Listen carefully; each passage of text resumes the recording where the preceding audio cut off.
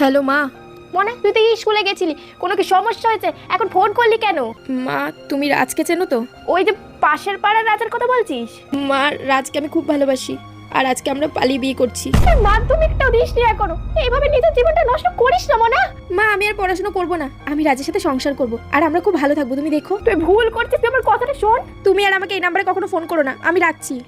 Hello hello মনা, মনা চলো এবার মন্দিরে গিয়ে আমরা বিয়েটা করে ফেলি। চলো।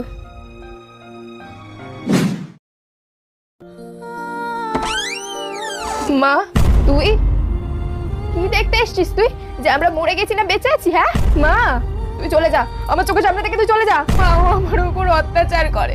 মা কোথায় কোথায় ও আমার গায়ে হাত তোলে, আমার আমার একটা কথাও শোনে না, আমাকে অবিশ্বাস করে মা, আমাকে খুব মারে, ওরা খুব মারে মা, আমি আর ওখানে থাকতে পারছি না মা, এত অত্যাচার সহ্য করে।